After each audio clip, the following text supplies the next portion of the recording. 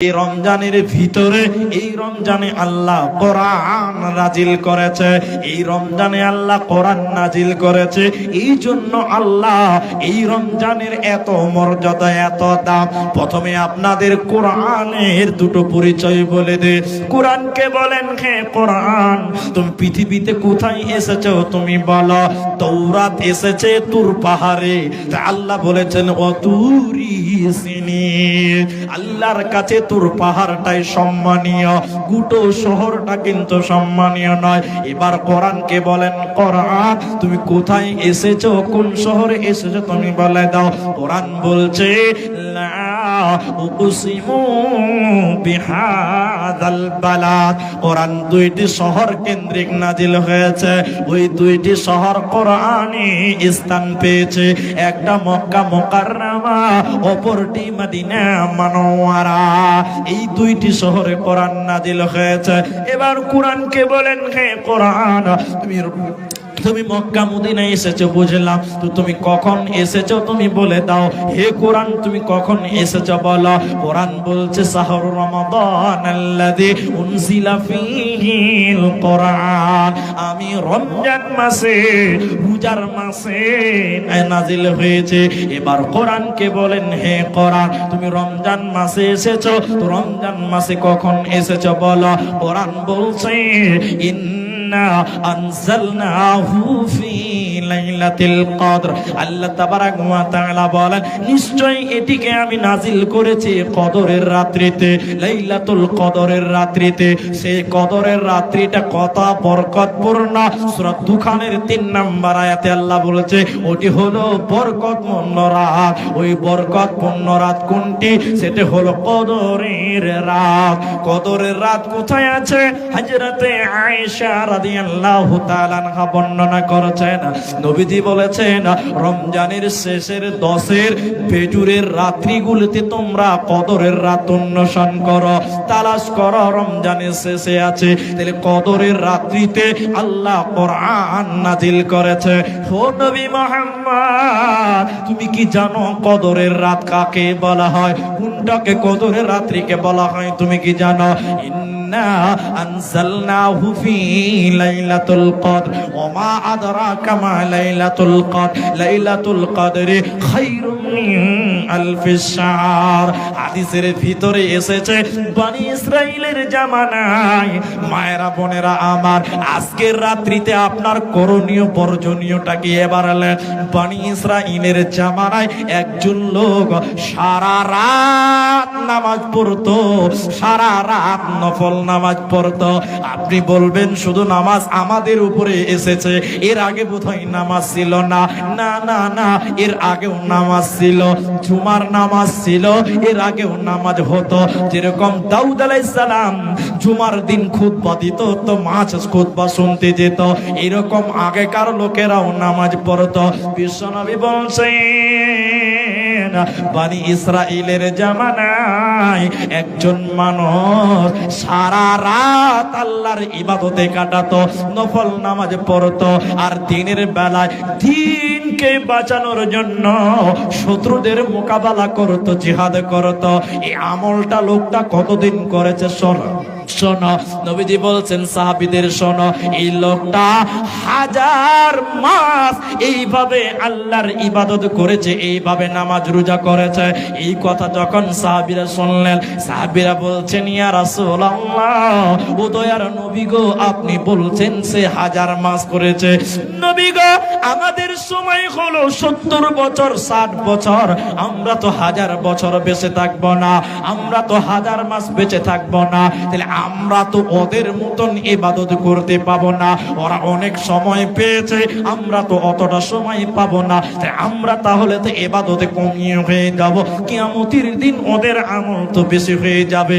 এবার আল্লাহ তাবারাক ওয়া তাআলা বলছে, ও নবী মুহাম্মদ তুমি তাদের বলে দাও লাইলাতুল কদরে খায়রুম মিন আলফিস শাহর, ওই রাত্রিটা হাজার মাসের ইবাদতের চাইতেও উত্তম, ওই রাত্রিটা হাজার মাসের রাত্রির ইবাদতের চাইতেও উত্তম, ৭,০০০ মাসের চাইতেও উত্তম।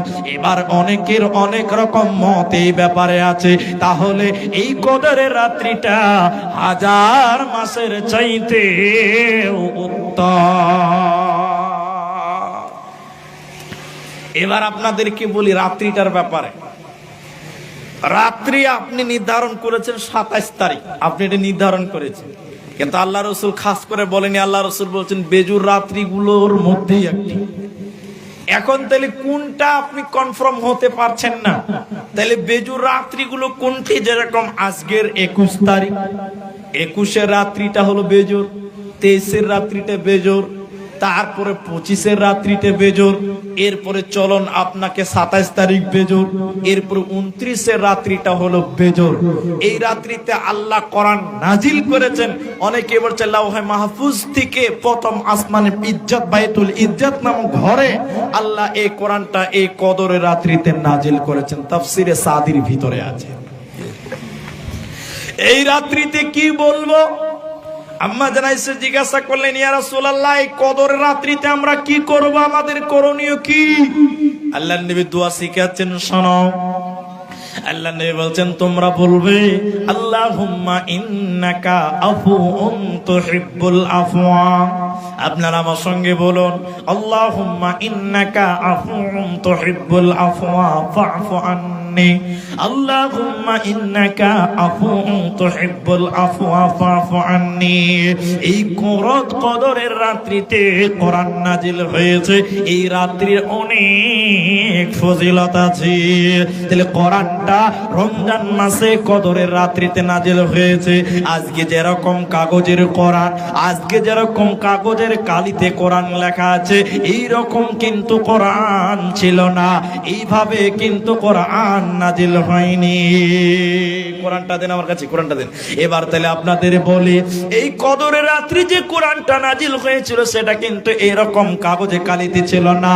আল্লাহর নবীর কাছে ওই লাউহ মাহফুজ থেকে বাইতুল ইজ্জতে এক আসমানে নিয়ে আসা হলো, পুরো কোরআনটা নিয়ে আনা হলো। ওখান থেকে দীর্ঘ 23 বছর আল্লাহর নবীর কাছে কোরআনটা নাজিল করা হলো। প্রয়োজনে যতটা যখন দরকার ছিল, কখনো এক রুকু, কখনো আধ রুকু, কখনো এক সূরা, কখনো একটা রুকু, একটা আয়াত, এইভাবে আয়াতগুলো নাজিল হচ্ছে। তাহলে রমজানে কোরআনটা এলো, তাহলে এইভাবে কোরআনটা আমরা পেলাম কিভাবে ওইটা আপনাদের দেখায়। তাহলে কোরআন তো এইভাবে কাগজে কালিতে আসেনি, কোরআন পুরোটাই এক জায়গায় ছিল না। তাহলে এইভাবে আমরা পেলাম কি করে? আল্লাহর নবী যখন কোরআন নাজিল হতো, নবীজি জিবরাইলের সঙ্গে সঙ্গে তাড়াহুড়া করে পড়তে লাগতেন। আল্লাহ তাবারাক ওয়া তাআলা বলছে, ও নবী মুহাম্মদ তোমাকে এই ব্যাপারে তাড়াহুড়া করতে হবে না, তুমি এত তাড়াহুড়া করো না, গোটা কোরআনকে তোমার ভিতরে তোমার আত্মাতে আমি পৌঁছে দেব। এবং সাহাবীদেরকে বলতেন, ও আমার সাহাবীরা এই কোরআনটা তোমরা শোনো। সাহাবীরা মুখস্থ করে রাখতেন, সাহাবীরা কোরআনকে মুখস্থ করতেন। 11 হিজরিতে যখন যুদ্ধ হলো, এটা ইমানে একটা যুদ্ধ হয়েছিল। ওই যুদ্ধতে 1100 কোরআনের হাফেজ মারা গেছিল। তাহলে বোঝা যায় এই হাফেজ গুলো নবীজির জামানায় ছিল। তাহলে কোরআনটা এইভাবে ছিল না, যে যতটুকু পেরেছিল মুখস্থ করে রেখেছিল। কোরআনের হাফেজ নবীজির জামানায় ছিল। এইভাবে কোরআনটা পেলাম কেমন করে? এবার আপনাদেরকে বলে, রাসূলের সাহাবীরা মুখস্থ করতেন এবং তারা লিখেও রাখতেন কেমন করে। ওই জামানায় কাগজ ছিল না, কলম ছিল না, তারা কোরআনটাকে কেমন করে লিখতো? কাগজে নয়, পাতাতে, গাছের ডাইলের পাতা, চামড়াতে, পাথরে তারা কোরআন লিখতো। আল্লাহর নবী চলে গেলেন, আল্লাহর নবী চলে গেলেন, ওমর, আবু বকর চলে গেলেন, ওমর চলে গেলেন। এবার উসমানের যখন পালা, কোরআনটা 7 রকম ভাষাতে নাজিল করা হয়েছিল। যেরকম পশ্চিমবঙ্গের মানুষ আপনারা, পশ্চিমবঙ্গের ভিতরে অনেকগুলো ভাষা আছে। কেউ খোট্টা বলে, কেউ বাদিয়া বলে, কেউ আবার অন্যরকম বলে। দিনাজপুরে আবার অনেক বাঙ্গাল আছে, তাহলে একটাই পশ্চিমবঙ্গে হরেক রকম ভাষা আমরা বলি। সৌদিতে অনেকগুলো আরবিয়ান ভাষা ছিল, ইব্রানি ভাষা ছিল, কোরাইশি ভাষা ছিল, হানিফ ভাষা ছিল, এরকম ভাষা ছিল। ওই রকম বিভিন্ন রকম 7 রকম ভাষায় কোরআন নাজিল হলো। যখন উসমানের পালা, সাহাবীরা যখন দূর দূরান্তে যায়, আমি যে কোরআন বলছি সেখানকার লোক বলছে তোমার কোরআন ভুল, আমারটাই শুদ্ধ, কিন্তু কার ওটা ভুল ছিল না। 7 রকম করে নাজিল হয়েছিল। এই ব্যাপারে উসমানকে বলা হলো, ও নবীর জামাই উসমান, এই কোরআনটা নিয়ে এখন মতনৈক্য হচ্ছে, তুমি গোটা কোরআনকে এক জায়গায় জমা করে সংরক্ষণ করো। উসমান বলেছিল না না না, করতে হবে না, এইভাবে করা যাবে না। তাহলে এইভাবে যখন করা যাবে না, কেন যাবে না? ভবিষ্যতে বড় ফিতনা হবে। এরপরে হযরত উসমান বেগম হাফসাকে বলেছিল, ও বেগম হাফসা, ও বেগম হাফসা, ও বেগম হাফসা, তুমি তোমার কাছে যা কোরআন আছে এগুলো জমা করে দাও। হাফসার কাছে কোরআনগুলো কপিগুলো নেওয়া হলো, যতটা লেখা ছিল সম্পূর্ণ জমা করলো।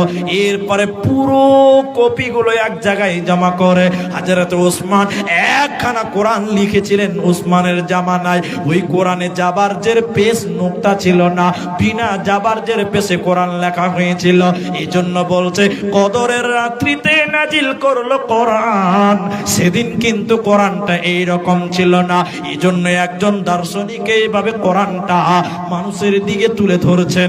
আপনারা কোরআনটা একবার দেখলেন এক নজর, এইভাবে তুলে ধরে কোরআনটাকে এইভাবে বন্ধ করে দিয়ে বলছেন, বলো বলো বলো, এই কোরআনটা কদরের রাত্রিতে নাজিল করা হয়েছিল। ও মুসলমান, বলো বলো বলো, এই কোরআনটা কোথায় লেখা আছে তোমরা ভালো করে দেখো।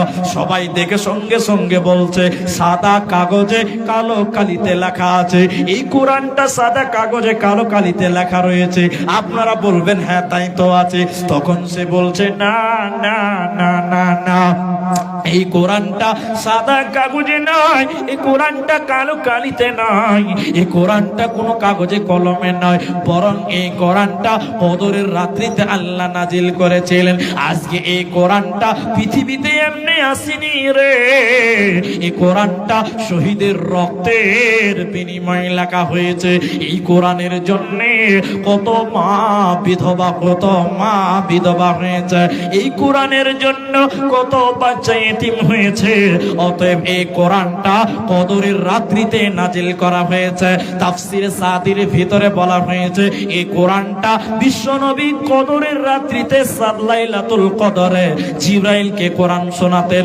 এই রাত্রিতে আপনি দোয়া পড়বেন, নির্দিষ্ট দোয়া, বেশি করে তাসবিহ তাহলিল করবেন, আর আল্লাহর কাছে কাঁদবেন, আল্লাহর কাছে দোয়া করবেন। আর এই রাত্রিতে কোরআন নাজিল করা হয়েছে, বেশি বেশি করে কদরের রাত্রিতে কোরআন তেলাওয়াত করতে হবে। বিশ্বনবী কদরের রাত্রিতে কোরআন তেলাওয়াত করতেন, জিবরাইলকে কোরআন শোনাতেন। তাফসিরে সাদির ভিতরে এসেছেন জিবরাইল নবীজিকে শোনাতেন, নবীজি জিবরাইলকে শোনাতেন। তাইলে মানুষরে কদরের রাত্রিতে তোমাকে ঘুমিয়ে কাটালে চলবে না। এই রাত্রিতে তোমাকে নামাজ পড়তে হবে, এই রাত্রিতে ইস্তেগফার করতে হবে, এই রাত্রিতে তোমাকে বেশি বেশি কোরআন তেলাওয়াত করতে হবে। হাদিসের ভিতরে এসেছে কিয়ামতের দিন এই কোরআন আপনার জন্য সাক্ষী দিবে, আর আল্লাহ এই কোরআনের সাক্ষীকে গ্রহণ করবে। আল্লাহর কোরআন বলবে আল্লাহ আমার সাক্ষী তুমি গ্রহণ করো। এই তোমার বান্দা রমজান মাসে সারা দিন ইবাদত করেছিল, এরপরে রাত্রি জাগরণ করে আমার তেলাওয়াত করেছিল, তোমার কালাম পাকের তেলাওয়াত করেছিল। আল্লাহ কোরআনের সাক্ষী গ্রহণ করবে। শুধু তাই নয়, এই রাত্রিতে কোরআন পড়বেন থেকে ফজিলত আছে শুনলেন। আল্লাহ বলছেন যারা 5 ওয়াক্তের নামাজ পড়ে, আকিমিস সালাতা লিদুলুকিস শামসি ইলা ওয়াসাকিল লাইল ওয়া কুরআনাল ফজর ইন্না কুরআনাল ফজরি কানা মাশহুদা, যারা 5 ওয়াক্তের সালাত আদায় করে, নামাজ পড়ে রে, আর কি করে শুনে নাও, আর যারা কোরআন তেলাওয়াত করে এদের জন্য কিয়ামতের দিন কোরআন সাক্ষী হয়ে যাবে। তাহলে রমজানে কদরের রাত্রিতে তোমাকে বেশি বেশি করে কোরআন তেলাওয়াত করতে হবে আর নামাজ পড়তে হবে। এবার অনেকে বলবেন মুলি সাহেব নামাজ কতটি পড়ব? নামাজ কতটি পড়বেন? অনেকে 100 রাকাত তারাবি পড়ে, ও 100 রাকাত নামাজ পড়ে, অনেকে অনেক রকম নামাজ পড়ে, অনেক জনে অনেক লম্বা করে নামাজ পড়ে। কিন্তু হাদিসের ভাষ্য হলো সলাতুল লাইলি মাসনা মাসনা, রাতের নামাজ দুই দুই দুই দুই দুই দুই করে পড়বেন। 100 রাকাত লাগবে না, 10 রাকাত পড়ো, ভালো করে পড়ো। অতএব তুমি রাতে দুই দুই করে নামাজ পড়বে। তাহলে এই রাত্রিটা, এই আজকের কদরের রাত্রিটা হাজার মাসের চাইতে উত্তম কেন? লাইলাতুল কদরি খায়রুম মিন আলফিস শাহর তানাজ্জালুল মালাইকা। এই রাত্রিতে ফেরেশতারা নাজিল হয়, অগণন ফেরেশতা পৃথিবীতে এসে যায়, ফয়সালা নিয়ে আসে। এই রাত্রিতে ফয়সালা গ্রহণ করা হয়, সিদ্ধান্ত নেওয়া হয়। কতক্ষণ এই বরকত থাকে, কতক্ষণ বরকত থাকে? সালামুন হিয়া হাত্তা মাতলাইল ফজর, ফজর পর্যন্ত বরকত বরকত বরকত। অতএব মুমিন রে, এই কদরের রাত্রিতে ফজর পর্যন্ত তোমাকে আল্লাহর ইবাদত করতে হবে। এবার রমজান হলো যুদ্ধের মাস, এবার রমজান হলো জিহাদের মাস। আপনারা জানেন ইসলামের প্রথম যুদ্ধ হয়েছিল নবীর যুগে, সেটা হলো বদরের যুদ্ধ। বদরের যুদ্ধ কখন হয়েছিল? রমজান মাসই হয়েছিল। তাহলে যুদ্ধের মাস, জিহাদের মাস, রমজানের মাস। এই রমজানে বদর যুদ্ধ হয়েছিল। আল্লাহ রাসূলের সাহাবীরা সিয়াম রেখে, রোজা রেখে যুদ্ধ করে কাফেরদের মোকাবেলা করে, কাফেরদের সঙ্গে পাঙ্গা লড়ে সাহাবীরা জয়লাভ করেছিলেন। আল্লাহর রাসূলের সাহাবী হাদিস বলছেন, আল্লাহর রাসূলের সাহাবী হাদিস বলছেন, ইন্নাল জান্নাতা তাহতা দিলালিস সুয়ুফ। আল্লাহর নবীর এক সাহাবী কথা যখন বলছে, অপর সাহাবী শুনছেন। নবীজি বলেছেন, তরবারির ছায়ার নিচে জান্নাত, তরবারির ছায়ার নিচে জান্নাত, তরবারির ছায়ার নিচে জান্নাত। একজন সাহাবী সামনে বসেছিল, আপনারা শুনেন এই কথাটা। তখন সাহাবীটা বলছেন, ভাই তুমি ভালো করে বলো, এই কথাটা কি তুমি নবীর কাছ থেকে শুনেছো? তুমি কি এই কথাটা নবীর কাছ থেকে শুনেছো? জিন্নাল জান্নাতা তাহতা দিলালিস সুয়ুফ, তুমি কি এটা নবীর কাছে শুনেছো? তিনি বলছেন, সামিআতু নবী, সামিআতু রাসূলুল্লাহ সাল্লাল্লাহু আলাইহি সাল্লাম, আমি বিশ্ব নবীর কাছ থেকে শুনেছি। আল্লাহ রাসূল বলেছেন তরবারির ছায়ার নিচে জান্নাত। যখন এই কথা শুনলেন সাহাবী সঙ্গে সঙ্গে তার কাছ থেকে উঠে গেল, সে বেরিয়ে গেল যুদ্ধের ময়দানে। বিশ্ব নবী বলছেন, লোকটা আর ফিরে আসে নাই যতক্ষণ পর্যন্ত সে লোকটা শহীদ না হয়েছে। শহীদ হওয়ার পর লোকটা, তার লাশ তার বাড়িতে এসেছে। সাহাবীরা যুদ্ধের জন্য শহীদের মওত তারা কামনা করতেন, যে আল্লাহ তুমি আমাদের শহীদের মরণ দাও। আর আমরা রমজান মাস রোজার মাস, আমরা শহীদি মওত চাই না, আমরা যুদ্ধ বুঝি না, জিহাদ বুঝি না। দেখেন সাহাবীরা কেমন অ্যাক্টিভ ছিল, সাহাবীরা কেমন যুদ্ধের জন্য অ্যাক্টিভ ছিল। এই ঘটনাটা, এই ইতিহাসটা মায়েরা বোনেরা সবাই শুনেন, আপনার কিছু না কিছু ঈমান বাড়বেই বাড়বেই বাড়বে। আমি এই ঘটনাটা আপনার সামনে তুলে ধরি। আমি বহু জালসায় বলেছি, আমি আজও বলছি। দেখেন সাহাবীরা যুদ্ধের জন্য কতটা প্রস্তুতি নিয়ে থাকতেন, তারা কতটা তৈরি হয়ে থাকতেন। নিজেকে কখনো মওত চাইবেন না, মওত চাওয়া হারাম, মরণ চাওয়া হারাম, মৃত্যু চাওয়া হারাম, কিন্তু ভালো মওত চাওয়া হালাল। সাহাবীরা চাইতেন, আল্লাহ তুমি আমাদের শহীদের মরণ দাও, এইরকম মওত চাওয়া হালাল। কিন্তু এইভাবে বলবেন, আল্লাহ তুমি আমাকে মরণ দাও, এখন মরণ দাও, এইভাবে মরণ চাওয়া হারাম। আমার এই ঘটনাটা শুনেন, দেখেন সাহাবীরা কেমন যুদ্ধের জন্য প্রস্তুতি নিয়েছেন। দেখেন আল্লাহর নবী মসজিদে নববীতে গেলেন, সাহাবীরা মসজিদে নববীতে আছেন। নবীজি নামাজ পড়ালেন, এশারের নামাজ। নামাজের পর আল্লাহর নবী দাঁড়িয়ে গেলেন। মায়েরা বোনেরা সবাই শুনেন, নবীজি দাঁড়িয়ে গিয়ে বললেন, ও সাহাবীরা তোমরা বসো বসো, বসে যাও বসে যাও বসে যাও। সমস্ত সাহাবী বসে গেলেন। এক খেলে তাকান, আপনারা যেমন বসে আছেন সাহাবীরা বসলেন। আল্লাহর নবী বললেন, ও আমার সাহাবীরা তোমরা শোনো, মুতার প্রান্তে লড়াই হবে, জিহাদ হবে। এই জিহাদে আমি নবীজি শরীক হব না। এই জিহাদের দায়িত্ব পালন করবে কে? এই জিহাদের প্রথম সেনাপতি আমি যায়েদ ইবনে হারিসকে করলাম। যায়েদ তুমি কোথায় আছো? যায়েদ সঙ্গে সঙ্গে হাত তুলে বলছেন লাব্বাইক ইয়া রাসূলুল্লাহ। নবী বললেন মুতার প্রান্তে প্রথম সেনাপতি যায়েদ তুমি হবে। যায়েদ যখন তুমি শহীদ হয়ে যাবে, ওই সেনাপতির দায়িত্ব পালন করবেন জাফর ইবনে আবি তালিব। জাফর তুমি কোথায় আছো? জাফর লাব্বাইক ইয়া রাসূলুল্লাহ দিয়ে দাঁড়ালেন। এবার নবীজি বললেন জাফর যখন তুমি পৃথিবীতে থাকবে না, শহীদ হয়ে যাবে, ওই তৃতীয় সেনাপতি হবেন আব্দুল্লাহ ইবনে রাওয়াহা। দেখেন সাহাবীরা যুদ্ধের জন্য, জিহাদের জন্য কেমন প্রস্তুতি নিতেন, তারা কেমন অ্যাক্টিভ ছিলেন। এবার ভালো করে দেখেন, আল্লাহর নবী তিনজনকে ঘোষণা করলেন আর বললেন আগামী জিহাদে তোমরা তিনজন যুদ্ধ পরিচালনা করবেন। এই তিনজনকে যায়েদকে, মায়েরা বোনেরা আমার, যায়েদ নবীজির কেউ নয়, নবীজির কেউ নয়, কিন্তু নবীজির কাছে মানুষ হয়েছিলেন। যায়েদটা নবীজির বংশের কেউ নয়, কিন্তু রাসূলের কাছে মানুষ হয়েছিলেন। কেন? যায়েদের পরিচয়টা আপনাদের সামনে তুলে ধরে, যায়েদ যখন নাবালক 8 বছরের বাচ্চা, যায়েদের মা এবং খালার একই গ্রামে বিয়ে হয়েছিল। মনে করেন যায়েদের মা এবং খালা এই বিলাসপুরে বিয়ে হয়েছে।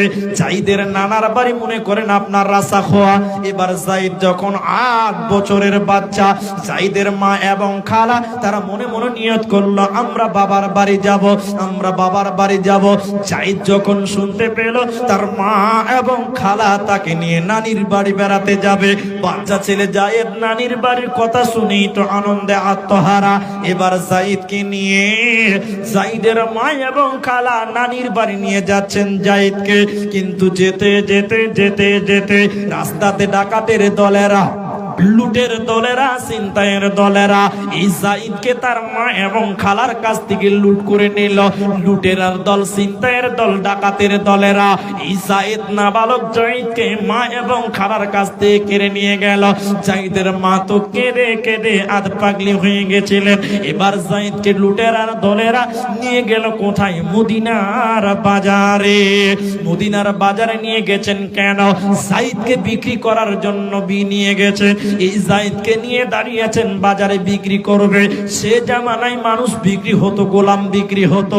এবার যায়েদকে বিক্রি করার জন্য লুটেরার দল দাঁড়িয়ে আছে। এই যায়েদকে কিনবে কে? এই যায়েদকে কিনতে এসেছে কে? রাসূলের প্রথম বিবি আম্মাজান খাদিজা রাদিয়াল্লাহু তাআলা আনহার ভাতিজা। সে যখন কিনছেন যায়েদকে, মনে মনে নিয়ত করেছেন আমার ফুফু খাদিজা, ওর স্বামী নাই, এই বাচ্চাটাকে নিয়ে আমি আমার ফুফুকে হাদিয়া দিব। এই নিয়তে যায়েদকে কিনে নিল। যায়েদকে কিনে নিয়ে বলল ও ফুফু খাদিজা, এই বাচ্চাটার নাম যায়েদ, একে আমি আপনার জন্য নিয়ে এলাম, আপনি একে নিয়ে সময় পার করাবেন। এবার যায়েদ চলে গেল আম্মাজান খাদিজার কাছে। যেদিন আম্মাজান খাদিজা রাসূলের সঙ্গে বিয়ে হয়ে যায়, আম্মাজান খাদিজা সব কিছু নবীজিকে দান করে দিয়েছিলেন। শেষের বেলায় আম্মাজান খাদিজা এই বাচ্চা যায়েদকে নবীজির কাছে নিয়ে যেয়ে বলছেন স্বামী আমার, এই বাচ্চাটার নাম যায়েদ, একে আমার ভাতিজা আমার জন্য নিয়ে এসেছিল। আজকে আমি আপনাকে এই বাচ্চাটাকে দিয়ে দিলাম। কখনো উজুর পানি আনতে হবে, কখনো জুতো সোজা করতে হবে। এবার যায়েদ চলে গেল বিশ্ব নবীর কাছে চলে গেল। এবার যায়েদ নবীজির কাছে চলছে ফিরছে, বড় হচ্ছে। যায়েদের গ্রামের দুটি লোক যখন হজ করতে এলো, যায়েদকে দেখেই চিনে নিয়েছে, অমুকের বেটার মতন লাগছে। বলে হ্যাঁ তাই তো লাগছে। এই দুটি লোক বলছে ও ছেলে তোমার নাম কি?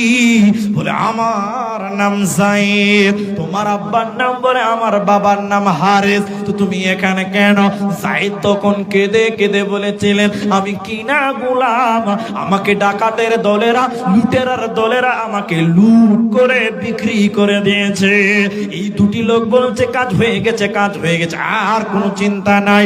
এই দুটি লোক গ্রামে ফিরে যেয়ে বলছে, ও সাইদের আব্বা, আর তোমাকে কানতে হবে না, হবে না। সাইদের আব্বা কেঁদে কেঁদে আধ পাগলা হয়ে গেছিলেন। সাইদের আব্বা কেঁদে কেঁদে বলেছিলেন, ও হাওয়া, তুমি কি বলতে পারো আমার সাইদ বেঁচে আছে না মারা গেছে? আমি পাগলা উটের উপরে উঠে তাকে খুঁজে বেড়াবো। এবার সাইদের আব্বাকে দিয়ে বলছে, ও সাইদের আব্বা, আর তোমাকে কানতে হবে না, তোমার বেটা নবী মুহাম্মাদের কাছে আছে, খবর লাও। এবার সাইদের আব্বা কিছু মাল নিয়ে তার ভাই জাইদের চাচাকে নিয়ে গেল। নবীজির সামনে যে বলছেন, ইয়া রাসূলুল্লাহ, আপনার মতন ভালো মানুষ পৃথিবীতে আর কেউ নাই। আপনি এতিমের কষ্ট, আপনি বিধবার কষ্ট বুঝেন নবী আমার। নবীজি সামনাসামনি প্রশংসা পছন্দ করতেন না। নবীজি বললেন, কি বলতে চাইছো সুজা সুজা বলো। এবার সাইদের আব্বা কেঁদে কেঁদে বললেন, ইয়া রাসূলুল্লাহ, আপনার কাছে যে বাচ্চাটা মানুষ হচ্ছে, ওই বাচ্চাটার নাম যায়েদ, আমি ওর আব্বা, ইনি হলেন তার চাচা। নবী গো, ওটা আমাদের বাচ্চা, এই মালগুলো আপনি নিয়ে নেন আর আমাদের বাচ্চাকে আমাদের কাছে ফিরিয়ে দেন। নবীজি বললেন, না না না, এইভাবে হবে না। আল্লাহর নবী বললেন, যায়েদ রে, তুমি কোথায় আছো রে যায়েদ? যায়েদ নবীজির ও তার বাবাকে লক্ষ্য করে নাই, যায়েদ নবীজির কাছে এসেছে। নবীজি বললেন, যায়েদ রে, তুমি দেখো তো এদেরকে চিনতে পারো নাকি? যায়েদ একবার আব্বাকে, যায়েদ একবার চাচাকে, যায়েদ একবার আব্বাকে নয়ন জুড়িয়ে দেখে কেঁদে কেঁদে বলছে, ইয়া রাসূলুল্লাহ, এটাই আমার আব্বা, এটাই আমার চাচা, এটাই আমার আব্বা, এটাই আমার চাচা। নবী বললেন, যায়েদ রে, তোমার কোথাও ভুল হচ্ছে না তো? তার কারণ তুমি তো একবার ধোঁকায় পড়ে বিক্রি হয়ে গেছ। এরা কোনো ধোঁকাবাজ প্রতারক নয় তো, তুমি একটু ভালো করে দেখো, চিনতে পারো নাকি? নবীজি বলছেন, এবার যায়েদ বলছেন, ইয়া রাসূলুল্লাহ, এবার যায়েদ বলছেন, ইয়া রাসূলুল্লাহ, আমার চিনতে কোনো ভুল হয় নাই, আমার বুঝতেও কোনো ভুল হয়নি, এটাই আমার আব্বা, এটাই আমার চাচা। নবীজি বললেন, যায়েদ রে, আমি আজকে তোকে ফয়সালা দিব না, দিব না। তুমি থাকতে চাইলে থেকে যাও, আর বাপ চাচার সঙ্গে যেতে চাইলে তুমি চলে যাও। তুমি থাকতে চাইলে থেকে যাও, আর যদি চলে যেতে চাও তো চলে যাও। আজকের ফয়সালা আমি দিব না, দিব না। তার কারণ যায়েদ, শুনে নাও, আমি যদি বলি তুমি থেকে যাও, আর যদি তুমি বাপ চাচার সঙ্গে চলে যাও, নবীর আদেশ অমান্য হবে, তোমার ঈমান থাকবে না। আর আমি যদি বলে দেই, যায়েদ রে, তুমি চলে যাও, আর যদি তুমি আমার মহব্বতে থেকে যাও, নবীর আদেশ অমান্য হবে, তাও তোমার ঈমান থাকবে না। অতএব যায়েদ, আজকের ফয়সালা আমি দিব না। তুমি থাকতে চাইলে থেকে যাও, আর যদি বাপ চাচার সঙ্গে চলে যেতে চাইছো তো চলে যাও। ছোট্ট যায়েদ পড়লো ফায়ারে, যায়েদ পড়লো বিপদে। যায়েদ একবার কাঁদো মাদো অবস্থায়, অস্ত্র নয়নে কন্দনরত অবস্থায়, যায়েদ একবার আব্বাকে নয়ন জুড়িয়ে দেখছেন আর অজর নয়নে কাঁদছেন। যায়েদ নিজের বাবাকে দেখছেন আর কাঁদছেন, একবার চাচার দিকে একবার বাবার দিকে দেখে অজর নয়নে কাঁদছেন। এবার নবীজির দিকে যখন তাকালেন, বাচ্চা যায়েদ নবীজির দিকে যখন তাকালেন, নবীজির দিকে তাকিয়ে থাকতে না পেরে এই যায়েদ কেঁদে কেঁদে হুড়মুড়িয়ে নবীজির গলা জড়িয়ে ধরে কাঁদতে লাগলেন, আর বললেন, ইয়া রাসূলুল্লাহ, এই জায়গা থেকে আপনি আমাকে সরিয়ে দিয়েন না। পৃথিবীতে এত দামি জায়গা কেউ পায়নি, এই জায়গা থেকে আপনি আমাকে সরায়েন না। নবী, আমার আব্বা ভুলে যাব, চাচা ভুলে যাব, কিন্তু আপনাকে ভুলতে পারবো না। চাচা ভুলে যাব, আব্বু ভুলে যাব, কিন্তু আপনাকে বলবো না। এই জায়গা থেকে আপনি আমার সরিয়ে দিয়েন না। নবীজি যায়েদকে জড়িয়ে নিয়ে বলেছিলেন, যায়েদ রে, আমার কোনো বেটা নাই, আমার কোনো বেটা নাই। যায়েদ রে, আমার কোনো পুত্র সন্তান নাই। আজ থেকে তুমি আমার বেটার জায়গা দখল করে নিলে।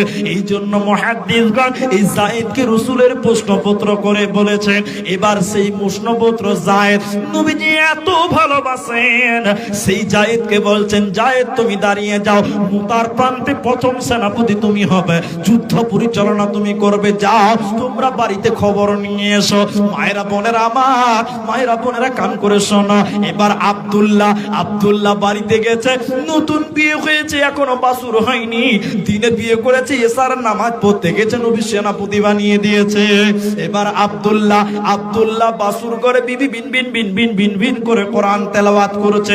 এবার আব্দুল্লাহ বলছে, বিবি রে, বেগম রে, তুমি কোরআনটা বন্ধ করে দাও, নবী আমাকে যুদ্ধের দ্বিতীয় সেনাপতি বানিয়েছে, তোমাকে মহারণা দিয়েছি কিন্তু হক আদায় করতে পারেনি। লম্বা ঘটনা। আব্দুল্লাহ গেল, জাফর গেলেন। এবার আব্দুল্লাহ গেল, জাফর গেল। এবার জায়েদ মসজিদে নববীতে দাঁড়িয়ে গিয়ে বললেন, ইয়া রাসূলুল্লাহ, আপনার কাছে মানুষ হয়েছে নবী আমার, যদি কোন রকম ভুল করে তাকে দয়া করে ক্ষমা করে দিবেন, বাচ্চা ছেলে বলে আপনি আমাকে মাফ করে দিবেন। নবীজির কাছ থেকে বিদায় নিয়ে যুদ্ধে চলে গেলেন। মুতার প্রান্তে জায়েদকে কেটে টুকরো টুকরো করে দিয়েছে। জায়েদ শহীদ হয়ে গেছেন, জায়েদ পৃথিবী দিকে চলে গেছেন। এবার জাফর ইবনে আবি তালেব ডান হাতে ইসলামের পতাকা, বাঁ হাতে তলোয়ার, ডান হাতে ইসলামের পতাকা, বাঁ হাতে আপনার তলোয়ার নিয়ে জোরদার লড়াই করেছে। বেঈমানেরা ডান হাত কেটে দিয়েছে, বাঁ হাতে ইসলামের পতাকা, বাঁ হাতে তলোয়ার নিয়েছে। কিছুক্ষণ পর বেঈমানেরা বাঁ হাতকেও এক কোপে তার বাঁ হাতকে কেটে দিয়েছে, দুটি হাতকে কেটে টুকরো টুকরো করে দিয়েছে। এরপরে তার গলাতে এক কোপে তার গলাকে আলাদা করে দিয়েছে, তার বডি থেকে তার মাথাকে আলাদা করে দিয়েছে। জাফর ময়দানে পড়ে আছে। সাহাবীরা এসে দেখছেন একজন সাহাবী এসে দেখছেন জাফরকে কেটে টুকরো টুকরো করছে। হযরত উবাইদা বলছেন, যায়েদের মাথা আলাদা, যায়েদের বুক আলাদা, তার হাতগুলো আলাদা, কিন্তু শহীদ হয়ে পড়ে আছে। কিন্তু এখন পর্যন্ত ইসলামের পতাকা মাটিতে পড়তে দেয় নাই, কালেমার পতাকা মাটিতে পড়তে দেয় নাই। জাফর ইসলামের পতাকা দাঁত দিয়ে কামড়িয়ে, ইসলামের পতাকা দাঁত দিয়ে কামড়িয়ে উত্তোলন করে রেখে দিয়েছে, শহীদ হয়েছে, কিন্তু পড়তে দেয় নাই। উবাইদা স্বপ্নে দেখছেন জাফর জান্নাতের ভিতরে ফেরেশতাদের সঙ্গে ঘুরে বেড়াচ্ছে, এবং জাফরকে আল্লাহ বলেছেন, জাফর তুমি জান্নাতি, কি চাইছো তুমি বলো। জাফর বলছেন, আল্লাহ আপনি আমাকে পৃথিবীতে পাঠান, আমি লড়াই করে আবার দুনিয়া থেকে আসবো, আবার পৃথিবীতে যাব, আবার দুনিয়াতে আসবো। অতএব এ রমজান হলো জিহাদের মাস। সাহাবীরা বলতেন, আল্লাহ তুমি আমাদের শহীদের মরণ দাও। এই সাহাবীরা জিহাদকে দেখে ভয় পায়নি, এরা সব সময় প্রস্তুতি দেখেছে। তাই আল্লাহ বলছেন, ওয়ালা তাকুলু লিমান ইউকতালু ফি সাবিলিল্লাহ।